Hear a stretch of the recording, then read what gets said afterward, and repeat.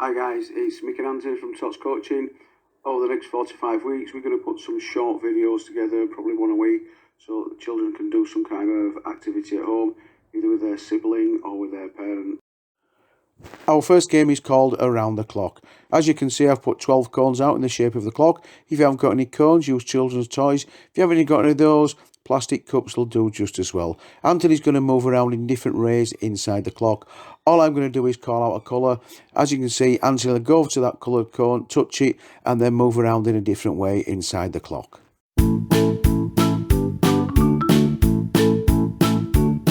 In this second game, we're still working inside the clock, but we've added a ball. The principle is the same. The child's going to move around inside the clock, using their little touches to dribble around with the ball. All I'm going to do is call out a colour. Anthony's going to dribble the ball over there, stop it with his foot, perform a balance for 3 seconds, and then carry on moving around inside the clock. Don't be worried if your child goes outside the clock. Just ask them to get it in as quick as possible. It's no big issue. As long as they're having fun, as long as they're active, as long as they're learning, that's fantastic. Here we have Anthony moving around, holding the ball in 2 hands. He's changing direction, and on my commands, Anthony will put the ball onto the floor, and the first one will be giant steps over the ball. Try and make sure your child uses both feet to do giant steps over the ball. Then Anthony carries on. The next time he puts the ball on the floor, instead of a giant step, he's going to do a 2-footed jump, landing with both feet at the same time. If your child can't do the 2-footed jump, no worries, concentrate on the giant steps.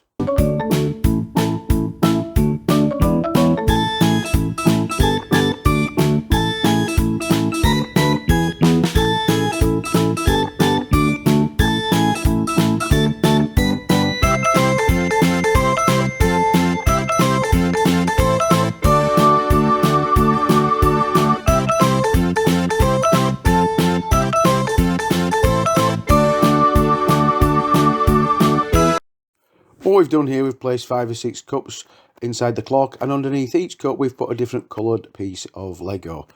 Alright, Anthony's going to move around, changing direction. When the parent or myself call out a colour, Anthony has to go to that cup which he thinks that coloured Lego is placed under and have a look.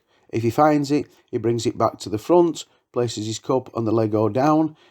If it's not that colour, he simply puts it back down and starts moving around again, listening for the next colour.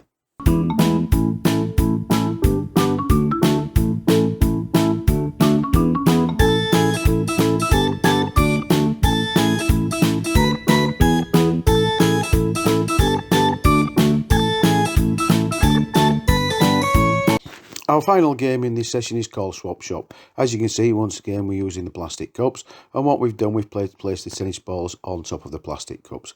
Anthony has to move around again in different directions. Once I shout out go, Anthony has to go to a cup where there's a ball on, pick up that ball and take it to another plastic cup and place it inside that plastic cup, and then carry on moving around inside the circle. If you can get your child to use maybe his left hand first and then his right hand, that's absolutely brilliant. With the game Swap Shop, instead of asking the children to pick it up and take it to another cup, what you could do is ask the children to take the ball off the cup and roll it as close as they can to another cup, run over, pick the ball up and then put it in that other cup.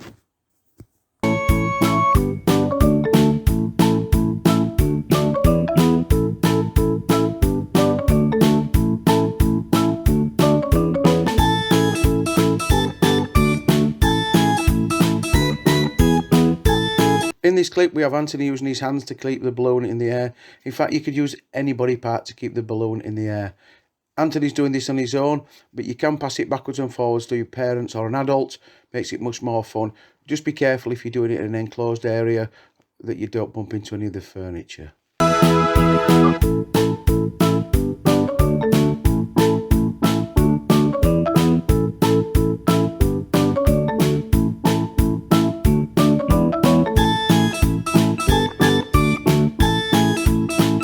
This looks as though it could be a messy one. As you can see, Anthony's got 4 cups full of water. In the first cup, the orange cup, he's got a ping pong ball on the top of it. And what Anthony has to do is blow the ping pong ball from one cup to another cup until he gets the blue one. It might be an idea to do it outside, or at least put a towel down where you're doing it.